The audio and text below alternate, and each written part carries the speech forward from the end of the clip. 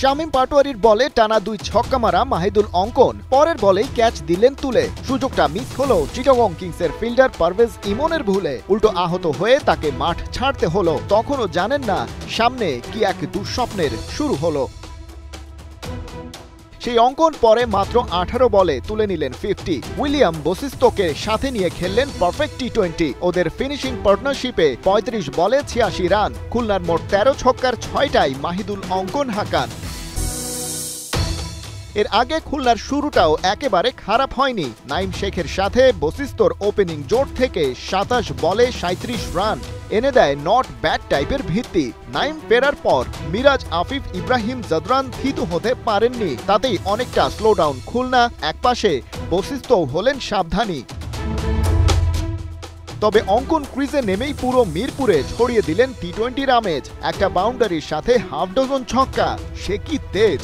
270 ছুঁই স্ট্রাইক রেটে 22 বলে 59 অ্যান্ড নট আউট। বসিস্তো মেলালেন সুর। তার 150 স্ট্রাইক রেটে ব্যাটিং, 15 বলে 75 মারদাঙ্গা ফ্লেভারে ভরপুর। 4 উইকেটে স্কোরবোর্ডে জমা 204 রান। জয় যেন নয় খুব বেশি দূর।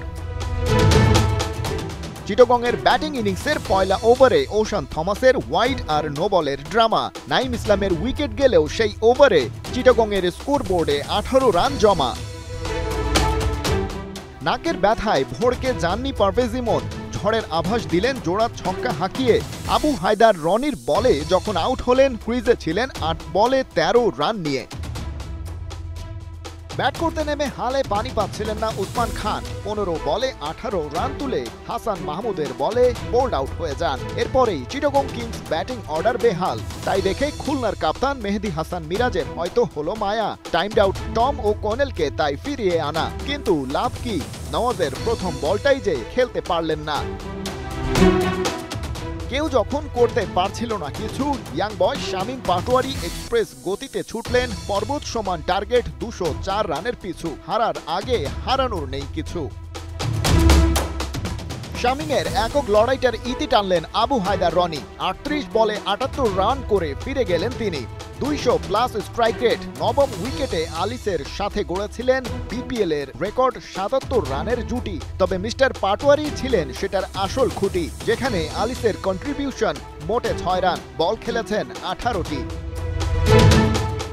খালেদ আহমেদের 4 বলে 14 রানের ক্যামিও কেবল কমায় চিটাগংয়ের হারের ব্যবধান। তাতেও অল আউট হওয়ার বেলায় চাটগার দল পিছিয়ে ছিল 37 রান। 4 উইকেট শিকার করে রনি চট্টগ্রামকে থামান। খালিদ জামিল, 71।